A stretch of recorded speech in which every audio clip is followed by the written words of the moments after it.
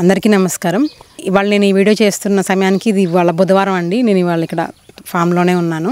మామూలుగా ఎప్పుడు ఫామ్కి వచ్చినా సరే ఆదివారం బయలుదేరి మళ్ళీ వెళ్ళిపోతాం కదా. కానీ ఇప్పుడు ఇక్కడ తోటలో అన్ని పనులు జరుగుతున్నాయి కదా, 5 అంచుల మోడల్ ఇంకా మిగిలిన పనులు అన్నీ జరుగుతున్నాయి కదా. మేము ఊరికే వచ్చి వెళ్ళిపోతుంటే ఆ పనులు సగంలోనే ఆగిపోతున్నాయండి. నెక్స్ట్ వారం మళ్ళీ మేము వచ్చే వరకు ఆ పనులు అక్కడ ఆగిపోతున్నాయి అనమాట. ఎందుకంటే అండి 5 అంచుల మోడల్ అనేది మనం మామూలుగానే తెలుసుకోవాలంటే, దాని గురించి పూర్తిగా ఇన్ఫర్మేషన్ తెలుసుకోవాలంటేనే మనకి చాలా రోజులు పడుతుంది దాని మీద అవగాహన రావడం కోసం. చాలా మంది ఫామ్ విజిట్స్ చేసి తెలుసుకుని మరీ నేర్చుకుంటారు.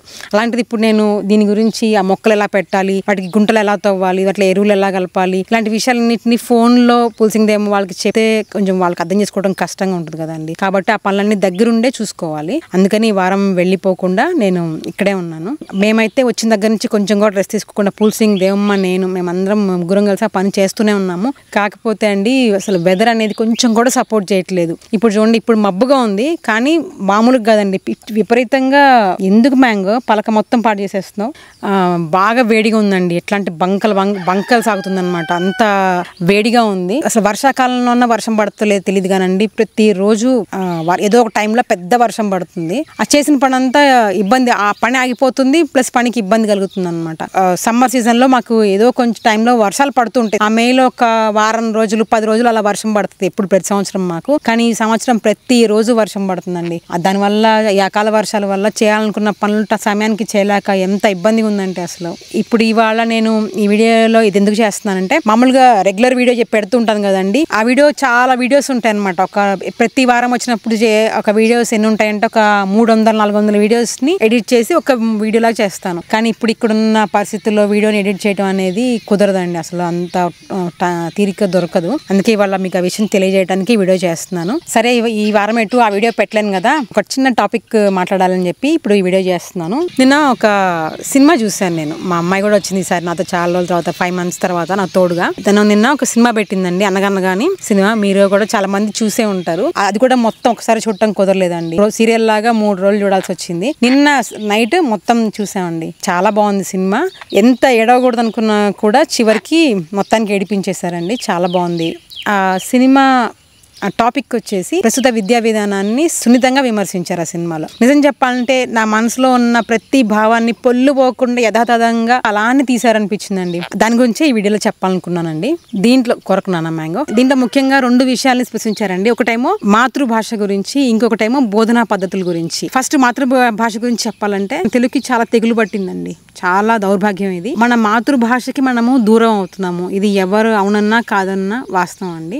ఇప్పటి నుంచి ఒక 10 సంవత్సరాలకు వెనక్కి వెళ్లితే అప్పుడు పుట్టిన పిల్లలందరూ తెలుగు భాష క్రమేణా దూరం అయిపోతున్నారు. మీరు ఇప్పుడు ఒకసారి గమనించండి. చిన్నపిల్లలు ఆడుకుంటారు కదండి బయట ప్లే ఏరియాలో, మన అపార్ట్మెంట్ లో కానీ, ఇళ్ల సముదాయంలో కానీ, పార్క్ లో కానీ. మీరు వాళ్ళని గమనించండి. 100% మంది పిల్లలు ఆడుకునేటప్పుడు కూడా ఇంగ్లీష్ లో భాషలో ఆడుకుంటూ ఉంటారు. ఇంట్లో తల్లిదండ్రులు కూడా పిల్లలతో ఆంగ్ల భాషలోనే మాట్లాడతారు. స్కూల్లో అయితే ఎట్టి పరిస్థితుల్లో తెలుగు ఒక్క ముక్క కూడా మాట్లాడకూడదు. పొరపాటున తెలుగు మాట్లాడితే స్కూల్స్లో ఊరుకోరు, ఇంగ్లీష్లోనే మాట్లాడాలని చెప్పి ఖచ్చితంగా నిబంధన ఉంటుంది. ఎందుకండి ఇంత తెలుగు భాషను ఇంత అణిచివేసి ఇంగ్లీష్నే మాట్లాడాలని అంత క్రేజ్ ఎందుకో నాకు అర్థం కావట్లేదు. ఈ విధంగా తెలుగు ఎక్కడ మాట్లాడే అవకాశం లేకపోతే ఇంక వాళ్ళకి తెలుగు ఎలా తెలుస్తుందండి? బేసిక్ చాలా సాధారణ పదాలను కూడా పలకలేని స్థితికి వచ్చేస్తుంది. టీవీలో అప్పుడప్పుడు ఏదైనా చూసినప్పుడు అడ్వర్టైజ్మెంట్లు కానీ, ఏదైనా సినిమా ట్రైలర్స్ ఉంటాయి కదండి, అవి చూసినప్పుడు ఆ చిన్న ట్రైలర్లోనే 100 తప్పులు కనిపిస్తున్నాయండి. తెలుగు నాకు అలా పలకటం రావట్లేదు, దాన్ని లాగా పలుకుతున్నారు. అణ అనేది పలకటం రావట్లేదు, దాన్ని నా అని పలుకుతున్నారు. మెలికెస ఆ పలకటం రావట్లేదు, దాన్ని సా అని పలుకుతున్నారు. అలాగే ఒత్తులు పలకరండి, ఎక్కడ ఒత్తులు అనేవి అసలు ఉండవు. డబ్బింగ్ చెప్పే వాళ్ళు కూడా తెలుగుని ఎంత తప్పుగా పలుకుతున్నారంటే అండి, మొన్న ఏదో చూసానండి, గరళ కంఠున్నాయి అనాల్సిందానికి గరళ లా, మామూలు ఇలా ఉంటుందండి, లా ఉంటది కదా, గరళ కంఠున్నాయి అని చెప్తున్నారు. గరళ కంఠున్నాయి వేటాడతాను, అది ఆ మాట అనాల్సింది. అలా డబ్బింగ్ లో కూడా తెలుగులో అన్ని తప్పులు దోషాలండి. ఏమంటున్నావు అని అంటానికి ఏం చెప్తున్నావు అని అంటున్నారు. ఏం చెప్తున్నావు అన్నదానికి ఏం అంటున్నావు అన్నదానికి ఎంత తేడా ఉంటుందండి. ఇలా చాలా భాషా దోషాలు, పలకపోవటము ఇవన్నీ ఉంటున్నాయండి. నాకు అనిపించిన ఒక విషయం చెప్తా అండి. ప్రపంచంలో ఉన్న ప్రతి ఒక్క భాష, ఏ భాష అయినా అన్ని భాషలు గొప్పవే అండి. అన్ని భాషల్ని గౌరవించాలి. మన మాతృభాష మాతృభాషని ప్రేమించాలి. మన ఇతరులతో సంభాషించడానికి ఉపయోగపడే ఏ భాష అయినా గొప్పదే అండి. తెలుగు భాషని, మన సొంత మాతృభాషని ప్రేమించాలి అంటే ఇతర భాషల్ని ద్వేషించాలని కాదు, అన్ని భాషల్ని గౌరవించాలి, నేర్చుకోవాలి, వాటిని అవసరం ఉన్నప్పుడు వాడాలి. అంటే ఇప్పుడు మన తెలుగు భాష తెలియని ఒక వ్యక్తితో మాట్లాడాలనుకున్నప్పుడు ఆ వ్యక్తికి తెలిసిన భాషని మాట్లాడాలి కాబట్టి ఆ విధంగా నేర్చుకోవాలి. అంతేగాని ఇద్దరు తెలుగు వాళ్ళు ఎదురుపడినప్పుడు కూడా ఎందుకండి తెలుగులో మాట్లాడుకోకుండా ఇంగ్లీష్లో మాట్లాడుకోవటం, ఇంట్లో సొంత పిల్లలతో ఎందుకండి ఇంగ్లీష్లో మాట్లాడటం, స్కూల్లో పిల్లలతో చక్కగా తెలుగు మాట్లాడనివ్వకుండా ఎందుకండి ఇంగ్లీష్ మాట్లాడాలని ఖచ్చితంగా కంపల్సరీగా ఇంగ్లీష్ వాళ్ళ మీద ఇంపోజ్ చేయటం ఎందుకండి? మన భారతీయులకు ఉన్న గొప్పదనం ఏంటి తెలుసా అండి?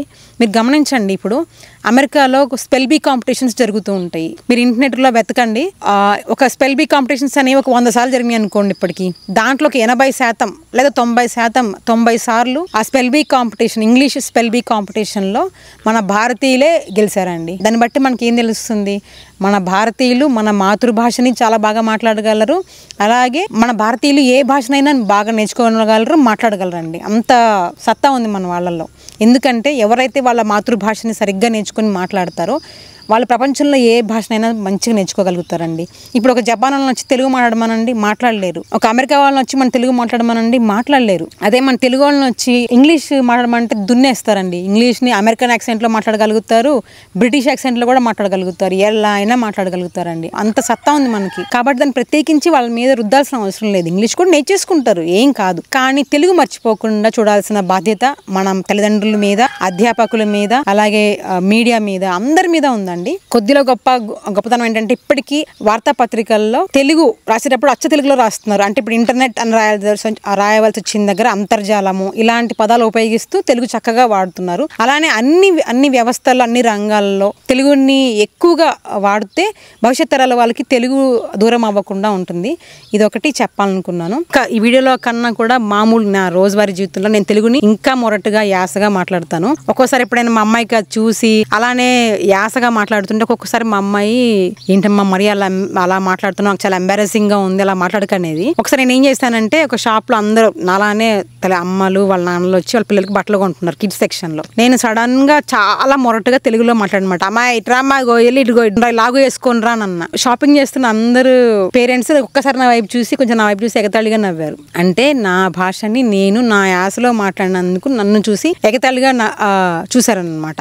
మన భాష మనం మాట్లాడాలమ్మా, దాని అవమానపడకూడదు ఎప్పుడు అని చెప్పాను. ఇంకా అప్పటి నుంచి అండి మా అమ్మాయి స్కూల్లో ఇంగ్లీష్ మాట్లాడాలని చెప్పినా కూడా ఎంత పనిష్ చేసినా ఏం చేసినా సరే తెలుగే మాట్లాడేది. అలానే తనకి ఇంగ్లీష్ రాదా అంటే కాదు, ఇంగ్లీష్ పర్ఫెక్ట్ గా చాలా కాంప్లెక్స్ ఇంగ్లీష్ కూడా అర్థం చేసుకోగలుగుతుంది. కఠినమైన పుస్తకాలను కూడా చదువుతుందండి, ఇంగ్లీష్ పుస్తకాలని. మా ఇంట్లో ఒక పెద్ద గ్రంథాలయమే ఉంది. అంటే తెలుగు మాట్లాడితే ఇంగ్లీష్ రాకుండా పోవటం అనేది ఏముండదండి. ఇప్పుడు వద్దన్నా ఏం చేసినా సరే ఇంగ్లీష్ వస్తుంది. కాబట్టి దయచేసి స్కూల్లో అధ్యాపకులు కానీ, మన ఇంట్లో తల్లిదండ్రులు కానీ దయచేసి పిల్లల్ని వాళ్ళ మాతృభాషలో మాట్లాడేలాగా ప్రోత్సహించండి. మీరు వాళ్ళతో మాతృభాషలో తెలుగులోనే మాట్లాడండి. అలాగే ఇద్దరు తెలుగు వాళ్ళు ఎదురుపడినప్పుడు ఇంగ్లీష్ లో మాట్లాడుకోకుండా చక్కగా తెలుగులో మాట్లాడుకుంటే ఎంతో బాగుంటుందండి. కొన్ని పదాలని మనము తెలుగులో మాట్లాడితేనే అందంగా ఉంటుంది. ఇప్పుడు ఫర్ ఎగ్జాంపుల్ నాకు లక్కీనో మా అమ్మాయో ఎవరో ముద్దొచ్చి బంగారు తల్లి బుజ్జి ముండా అని అనాలనుకున్నాను అనుకోండి, సేమ్ సిమిలర్ గా అదే పదాలని మీరు ఇంగ్లీష్ లో ట్రాన్స్లేట్ చేయండి, చూద్దాం ఉంటాయేమో చూద్దాం. ఉండదండి. కానీ నేను తెలుగులో అన్నప్పుడు ఆ పదాలను పలికినప్పుడు ఉన్న అందము అదే ఇంగ్లీష్ లో వాటిని వ్యక్తపరచలేమన్నమాట. కొన్ని భావాలని మన మాతృభాషలోనే మనం వ్యక్తపరచగలుగుతాము. మన భాష మనం మాట్లాడటం అనేది చాలా ముఖ్యం అండి. దయచేసి నేను తల్లిదండ్రులందరినీ వాళ్ళ పిల్లలు తెలుగులో మాట్లాడేలాగా ప్రోత్సహించాలని నేను రిక్వెస్ట్ చేస్తున్నాను. అలాగే ప్రపంచంలో ఉన్న భాషలు కూడా అన్ని గొప్ప అండి. ఏ భాషని మనం తీసిపారేయాల్సిన అవసరం లేదు, ఏ భాషని మనం ద్వేషించాల్సిన అవసరం లేదు. అలాగే సంస్కృతం కూడా అండి. మనం సంస్కృతాన్ని కేవలం మార్కులు తెచ్చే ఒక లాంగ్వేజ్, ఒక భాషగా చూసేవాళ్ళం. ఇంటర్మీడియట్ లో సంస్కృతం ఉండేది, కొంచెం చదువుకుంటుంటే మనకి మార్కులు ఫుల్గా వచ్చేస్తాయి లెక్కల్లాగా అనుకుని చదివేసేవాళ్ళం. కానీ ఆ ధోరణి కూడా మారాలండి. సంస్కృతాన్ని స్కూల్లో కానీ ఇంటర్లో కానీ ప్రవేశపెట్టినప్పుడు అక్కడ మనం నేర్చుకోగలిగింది చాలా తక్కువ ఉంటుందండి. జస్ట్ మార్కులు తెచ్చుకోవడానికి అవసరం పడే అంత సంస్కృతం మాత్రం నేర్చుకోగలుగుతాము. అలాంటి సంస్కృతం మనకి నిరుపయోగం అండి, ఉపయోగం లేదు. ఇప్పుడు ఎలాగైతే పిల్లల్ని మనము డాన్స్ అని, భరతనాట్యం అని చెప్పి, పెయింటింగ్ అని చెప్పి, స్విమ్మింగ్ అని చెప్పి, కరాటే అని చెప్పి రకరకాల ఎక్స్ట్రా కరికులర్ యాక్టివిటీస్ నేర్పిస్తూ చేస్తూ ఉంటాం కదా, ఆ విధంగా ఎవరైనా సరే వీలుంటే సంస్కృతం నేర్పించారనుకోండి చాలా బాగుంటుంది. అంటే మామూలు చదువు కాకుండా ఎక్స్ట్రా వేరే టైంలో సంస్కృతం చదువుకోగలిగారు అనుకోండి, ఆసక్తితో ఎవరైతే చదువుకోగలిగిన నేర్పు ఉందో వాళ్ళు చదువుకుంటే ఏమవుతుందంటే, ఇక్కడ కేవలం సంస్కృతం అనేది ఒక భాష కాదండి, అది ఒక విజ్ఞాన భాండాగారం. సంస్కృతం అనగానే మనకి మన వేదాలు, పురాణాలు ఇవన్నీ సంస్కృత భాషలో ఉన్నాయి కాబట్టి అదేదో ఒక మతానికి సంబంధించిన దానిలాగా పరిగణించే స్థితికి వచ్చేసాము. కానీ అది కాదండి. మనకు సంబంధించిన చాలా అనేక రకాల విజ్ఞాన శాస్త్రాలన్నిటిని సంస్కృతంలోనే రచించడం వల్ల, మనకి ఎవరికి సంస్కృతం రాకపోవటం వల్ల మనం ఆ నాలెడ్జ్ కి, ఆ జ్ఞానానికి దూరం అయిపోతున్నాం అనమాట. వేదాలు, పురాణాలు ఇవన్నీ కొంచెం సేపు పక్కన పెట్టేస్తే విజ్ఞాన శాస్త్రాలు మన భారతదేశానికి సంబంధించిన విజ్ఞాన శాస్త్రాలు అన్ని సంస్కృత భాషలోనే ఉన్నాయి అనమాట. మన ఎవ్వరికి సంస్కృతం రాదు కాబట్టి మనకు తెలియకుండానే మనం వాటన్నిటికీ దూరం అయిపోయాము. ఈ పుస్తకంలో చూడండి, ఈ పుస్తకంలో రాసింది, స్పష్టంగా రాసింది ఏ ఏ శాస్త్రాలు సంస్కృతంలో రాస్తున్నాయి. తర్కశాస్త్రము, తర్వాత విద్యుత్ శాస్త్రము, యంత్ర విజ్ఞానము, ధాతు విజ్ఞానము, లోహ శాస్త్రము, విమాన విద్య, నౌకా శాస్త్రము, వస్త్ర పరిశ్రమ, గణిత శాస్త్రము, కాలగణన, ఖగోళ విజ్ఞానము, స్థాపత్య అంటే శిల్ప శాస్త్రము, రసాయన శాస్త్రము, వనస్పతి అంటే వృక్ష శాస్త్రము, జీవశాస్త్రము, ఆరోగ్య విజ్ఞాన శాస్త్రము, ధ్వని శాస్త్రము, వాగ్ విజ్ఞాన శాస్త్రము, లిపి విజ్ఞాన శాస్త్రము, సైద్ధాంతిక విజ్ఞానము, ఇలాంటివన్నీ ఎన్నో రకాల శాస్త్రాలన్నీ మనకు సంస్కృతంలో ఉన్నాయన్నమాట.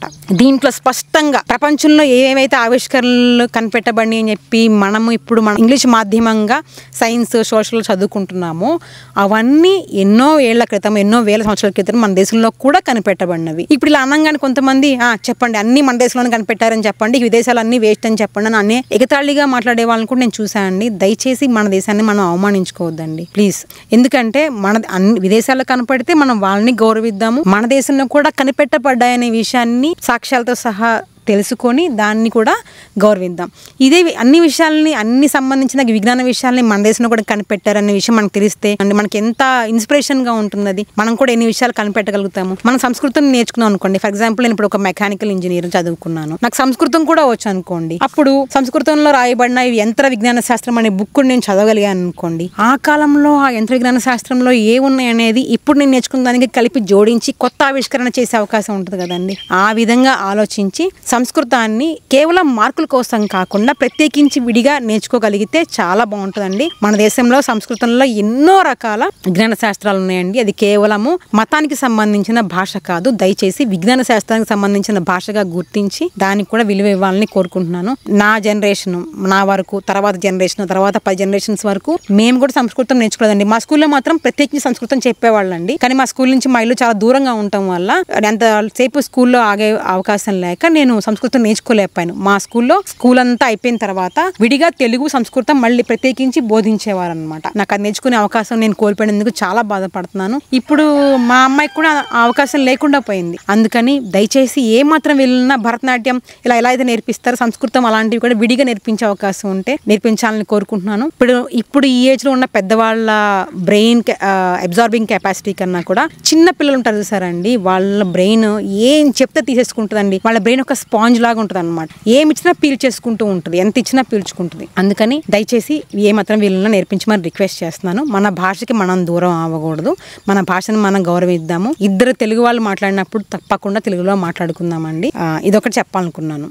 ఇంక నెక్స్ట్ వచ్చేసి బోధనా పద్ధతుల గురించి అండి. ప్రస్తుత బోధనా పద్ధతులు బాగోలేవు, పాతకాలం బోధనా పద్ధతులే బాగున్నాయి అని చెప్పి తప్పు విమర్శలు నేను చేయలేనండి. మనము ఎప్పుడైనా సరే కొత్తదనాన్ని ఆహ్వానించాలి, పాతని గౌరవించాలి. పాతది గొప్ప కదా, పాతదిలో కూడా లోపాలు ఉంటాయి, కొత్త విద్యా వ్యవస్థలో కూడా లోపాలు ఉంటాయి. లోపం లేని ఒక వ్యవస్థ అంటూ ఉండదండి. ప్రతి దాన్ని విమర్శించుకుంటూ తప్పు పట్టుకుంటూ వెళ్తే ఆ విమర్శలతోనే తప్పుతోనే మిగిలిపోతాము. ప్రస్తుత ఆధునిక విద్యా వ్యవస్థ ఏమి తప్పుగా లేదండి. ఎందుకంటే పాత కాలంలో కొన్ని రంగాలు మాత్రమే ఉండేవి, ఇప్పుడున్నన్ని రంగాలు, వాటి అనుబంధ రంగాలు ఉండేవి కావు. ఎప్పుడైతే ప్రపంచీకరణ జరిగిందో అప్పుడు ప్రపంచం అంతా అనుసంధానం అయినప్పుడు కొత్త కొత్త రంగాలు ఏర్పడి వాటి అనుబంధ రంగాలు ఏర్పడటం వల్ల కొత్త రకాల ఉద్యోగ అవకాశాలు ఏర్పడటము, దానికి తగ్గట్టుగా చదువు అనేది మారటము, విద్యా వ్యవస్థ మార్పు చెందటము అనేది జరిగింది. సో మనము కాలానుగుణంగా విద్యా పద్ధతులు, బోధనా పద్ధతులు మార్చడం అనేది ఎటువంటి తప్పు కాదండి. వాటిని మనం తప్పు పట్టాల్సిన అవసరం లేదు. ఇప్పుడు కూడా చక్కగా అన్ని క్లాసెస్లో డిజిటల్ క్లాస్ రూమ్స్ పెడుతున్నారు, చక్కగా దృశ్య రూపంలో పిల్లలకి చెప్తున్నారండి. దానికి అది కార్పొరేట్ స్కూల్స్ చెత్తగా చెప్తున్నారని నేను ఎప్పుడు స్కూల్స్ని చెప్పనండి. ఎందుకంటే అండి మనం ఇంట్లో మన పిల్లలతో కాసైపోయి ఉంటాము. ఒక్కసారి పొద్దున 7 గంటలకు పిల్లలు వెళ్ళిపోతే మళ్ళీ సాయంత్రం 6 గంటల వరకు తల్లిదండ్రులలాగా పిల్లల్ని భరించేది స్కూల్ వాళ్ళే అండి. మన పిల్లల్ని పిల్లల్ని వాళ్ళ పిల్లల్లాగా చూసుకొని పాపం కష్టపడి చూసుకుంటారు. కాబట్టి నేను నా పొరపాటును కూడా అధ్యాపకులను కానీ విద్యా సంస్థలను కానీ నేను తప్పు పట్టకూడదు కూడా. కాకపోతే అండి బోధనా పద్ధతులు బాగున్నాయి, కానీ సమస్య ఎక్కడ వస్తుందంటే పిల్లల మీద అధిక ఒత్తిడి ఉంటుందండి. పాతకాలంలో ఏముండేదంటే ఇప్పుడు మా అమ్మగారి టైంలో అంతకన్నా ముందు ఆ జనరేషన్ చూసారండి, వాళ్ళు అందరు ఇంత ప్రైవేట్ పాఠశాలలు ఉండేవిగా, గవర్నమెంట్ స్కూల్స్ లో చదువుకునేవాళ్ళు.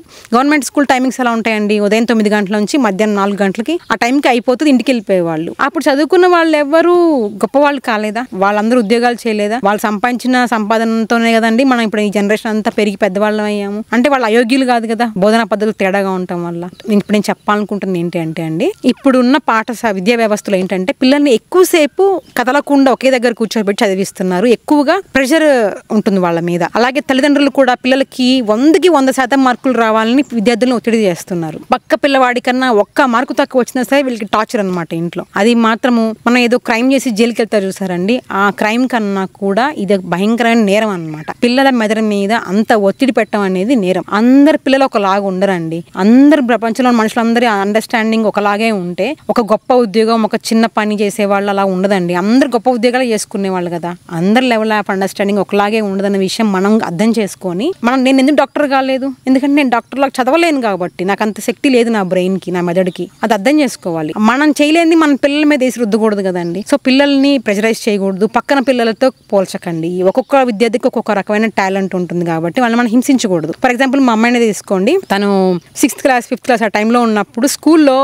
రెమిడియల్స్ అని చెప్పేసి సాయంత్రం స్కూల్ 4 o'clock అయిపోతుంది కదా, ఆ టైం అయిపోయినాక మళ్ళీ ఎక్స్ట్రా అనమాట 7-7:30 వరకు క్లాసెస్, ఎక్స్ట్రా క్లాసెస్ ఉండేవి. దాంట్లో కూడా మళ్ళీ క్లాసెస్ చెప్పి నోట్స్ చెప్పేవాళ్ళు అనమాట. మామూలుగా అసలు రెమిడియల్స్ అంటే చదువులో కొద్దిగా వెనకబడిన విద్యార్థులకి కొంచెం ఎక్కువసేపు స్కూల్లో ఉంచి వాళ్ళకి అర్థం కాని టాపిక్స్ ని మళ్ళీ చెప్తూ చదివించేదాన్ని రెమిడియల్స్ అంటారు. కాకపోతే మా అమ్మాయి చదివిన స్కూల్ ఎలా ఉండేదంటే మామూలు చదువులో వెనకబడిన వాళ్ళనే కాకుండా అందరిని ఉంచేసేవాళ్ళు. అందరినీ ఉంచి ఒక స్టడీ అవర్స్ లాగా ఉంచి అయిపోని పాఠాలు ఏమన్నా ఉంటే ఆ పాఠాలన్నీ క్లాస్లో చెప్పేసి ఎక్స్ట్రా టైంలో చెప్పేసి వాటికి నోట్స్ ఇచ్చి పంపించేవాళ్ళు అనమాట ఇంటికి. ఇప్పుడు ఇంటి దగ్గర పక్కనే స్కూల్ ఉండదు. పిల్లలు ఇంటి దగ్గర నుంచి ఒక 10-15 కిలోమీటర్లు బస్సులో ట్రాఫిక్లో వెళ్ళేసరికి 1 గంటన్నర టైం పడుతుంది. వాళ్ళు 7ంటికి బస్సు ఎక్కాలంటే 5:30-6 లెగవాలి, గబగబా తయారైపోవాలి, తినడానికి కూడా టైం ఉండదు. మళ్ళీ స్కూల్కి వెళ్తారు, స్కూల్ అయిపోగానే ఇంటికి రావడానికి ఉండదు. మళ్ళీ రెమిడియల్స్ అటెండ్ అయ్యి ఇంటికి వచ్చేసరికి 7:30-8:30 అయిపోతుంది టైం. ఆ ట్రాఫిక్లో కొట్టుకుంటూ వచ్చి రాగానే బాగా అలసిపోతారు, వాళ్ళ బ్రెయిన్ నంబుగా అయిపోతుంది, ఏమీ పని చేయదు. ఆ టైంలో వాళ్ళు స్నానం చేసి కూర్చునేసరికి 9 అయిపోతుంది. హోంవర్క్ చేసుకునేసరికి 10-10:30 అవుతుంది. మళ్ళీ 10:30 తర్వాత వాళ్ళు ఆ రోజు స్కూల్ చదువుకుంది, నోట్స్ చదువుకోవాలి కదా, అది చేసేసరికి 11 అవుతుంది. 11:30-12ంటికి పడుకుని మళ్ళీ నెక్స్ట్ రేపు 5ంటికి లెగిస్తే ఒక పిల్లవాడికి ఎదిగే వయసులో ఒక 5-6 గంటల సమయము మాత్రమే నిద్ర ఉంటే వాళ్ళకి ఎలా సరిపోతుంది? వాళ్ళ బ్రెయిన్ అనేది ఎలా డెవలప్ అవుతుంది? వాళ్ళు ఎలా నేర్చుకోగలుగుతారు ఏదైనా విషయాన్ని? కనీసం పిల్లలకి 8 నుంచి 10 గంటల నిద్ర అవసరం కదా అండి. అంత ప్రెషర్ చేసి పిల్లల్ని చదివించాల్సిన అవసరం ఉంది. నేనైతే మా అమ్మాయి అప్పుడు అంత ఇబ్బంది పడుతున్నా నచ్చలేదండి. ఎందుకో ప్రిన్సిపల్ గారి దగ్గరికి వెళ్ళి, మేడం ఇట్లా మాకు రెమెడియల్స్ ఇష్టం లేదు అంటే, ప్రిన్సిపల్ మేడం అన్నారు, మీరు కనుక రెమెడియల్స్ తీసేస్తే మీ అమ్మాయికి మార్క్స్ తగ్గుతుందని చెప్పారనమాట. మేమేమన్నా అంటే మా అమ్మాయికి అసలు ఎన్ని మార్క్స్ వచ్చినా సరే మాకేం బాధ లేదండి, మేము మాత్రం పంపించలేమండి, ప్లీజ్ యాక్సెప్ట్ చేయండి అంటే సరే అన్నారు. ఇంకా అప్పటి నుంచి మా అమ్మాయి నేను 10th క్లాస్ వచ్చే వరకు ఆ రెమెడియల్స్కి నేను పంపించలేదు. మా అమ్మాయి చక్కగా 4ంటికల్లా ఇంటికి వచ్చేసేది, కాసేపు ఇంటి దగ్గర పిల్లలతో ఆడుకునేది, హ్యాపీగా చదువుకునేది, హోంవర్క్ చేసుకునేది. ఆ స్కూల్లో చెప్పిన నోట్స్ మళ్ళీ టీచర్ దగ్గర నుంచి తీసుకునేది అనమాట. నెక్స్ట్ రోజు వెళ్ళినప్పుడు లంచ్ బ్రేక్లోనే ఎప్పుడో ఇంకా ఏమైనా ఖచ్చితంగా 10th క్లాస్ వచ్చే వరకు 8:30 వరకు 8:30 నిద్రపోయేదండి. నెక్స్ట్ రోజు మళ్ళీ 6 గంటలు లెగవటం అనమాట. నేనైతే 8 మార్కులు వచ్చినా పర్వాలేదని అనుకున్నాము. తనకి 10th లో 9.2 GPA వచ్చింది.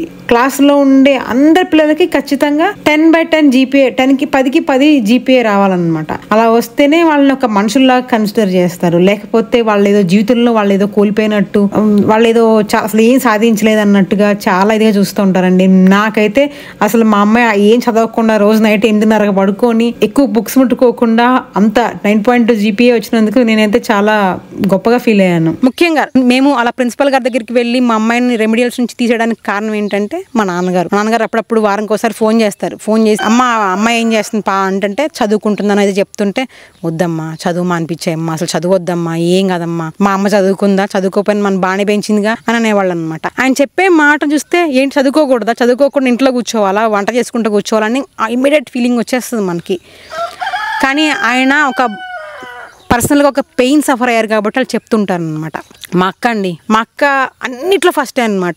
మంచిగా అథ్లీట్ అనమాట. తను javelin throw, shot put, sprint, మన హై జంప్, లాంగ్ జంప్, ప్రతి దాంట్లో ఫస్ట్ వచ్చేది. పెయింటింగ్, చదువు అయితే ఫుల్ మార్క్స్ వచ్చేవండి.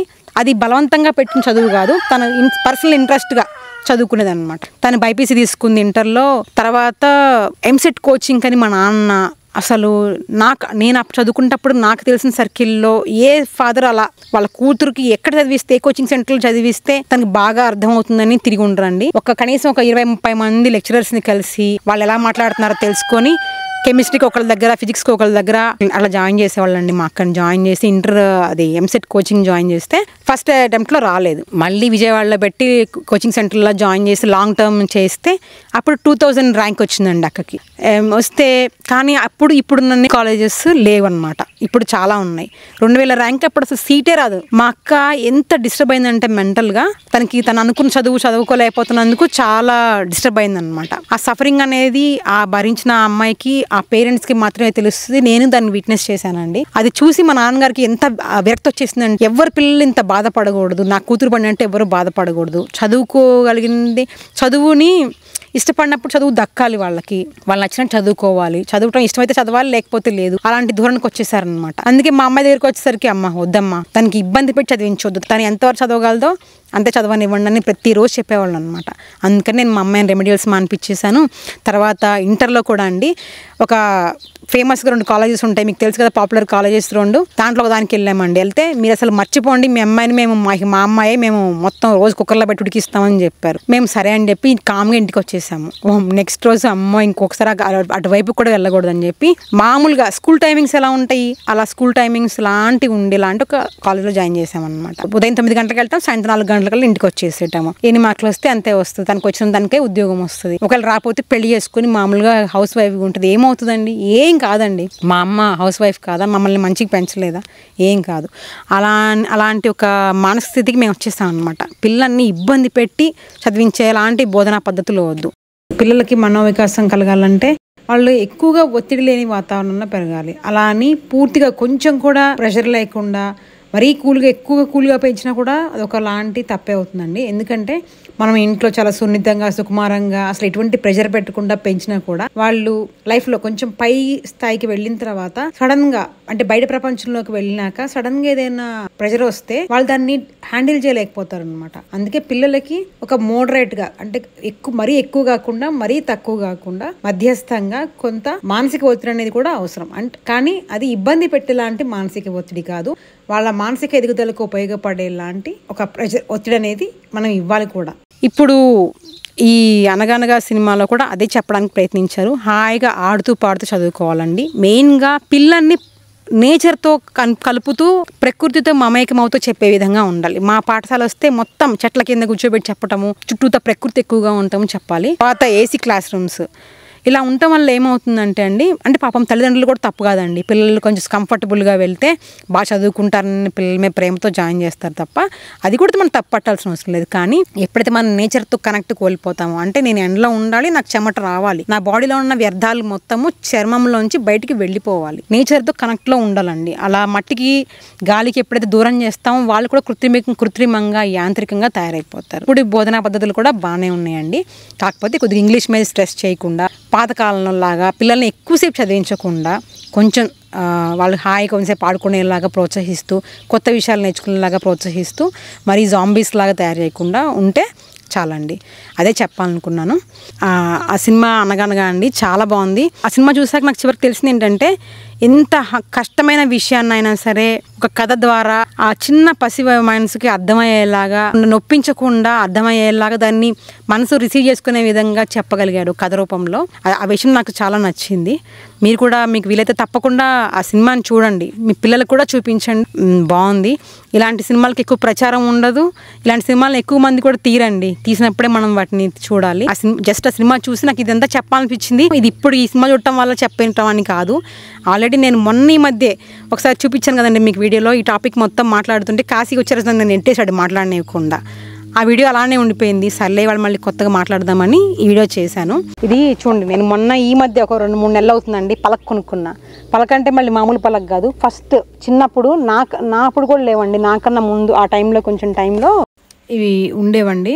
ఇది రాతి పలక అండి. మామూలుగా ఇప్పుడు దొరుకుతున్న మార్కెట్లో దొరికే పలకలు ఉంటాయి చూసారా, అది కాదు, ఇది రాతి పలక అనమాట. వెతగ్గా ఇది నాకు కర్ణాటకలో దొరికిందండి. ఇది ఆన్లైన్లో ఆర్డర్ చేసి తెప్పించుకున్నాను. సో కింద పడింది అనుకోండి, పగిలిపోతుంది పలక. ఒక చిన్న గీతలాగా ఉండేది. మా అక్క వాడిన పలక, పగిలిపోయిన పలక మీద కూడా నేను రాసుకున్నానండి. అలానే చూడండి, ఇది కూడా నా వంతుగా తెలుగు భాషనికి అంతరించిపోకుండా నా వంతుగా నేను ఏం చేయగలను అనిపించినప్పుడు తెలుగు భాషకు చికిత్స, ఇది కూడా బుక్ తెచ్చుకొని చదువుతున్నాను అనమాట. ఏం తప్పులు చదువుతున్నారు, నేను ఏం తెలుగు కరెక్ట్గా మాట్లాడుతున్నాను కాదు కానీ తెలుగులోనే మాట్లాడుతున్నాను కదా అని ఆ ఒక్క అర్హతతో ఇది కొంచెం తెలుసుకొని ఇంకేదైనా తప్పులు ఉంటే చెప్పాలి అని ఇప్పుడు కాదండి, ఎప్పుడో 1.5 సంవత్సరం అయిపోయింది ఈ బుక్ తీసుకొని. నేను వీలు పడక చెప్పలేదు. ఇవాళ నేను సినిమా చూశాను కాబట్టి, సందర్భం వచ్చింది కాబట్టి ఇవాళ ఈ వీడియోలో చెప్పాను. సరే అండి, నా తర్వాత వీడియోలో మళ్ళీ కలుద్దాము. ఇప్పుడు అక్కడ మొక్కలు పెట్టడానికి వెళ్ళాలండి. ఉంటాను, బాయ్.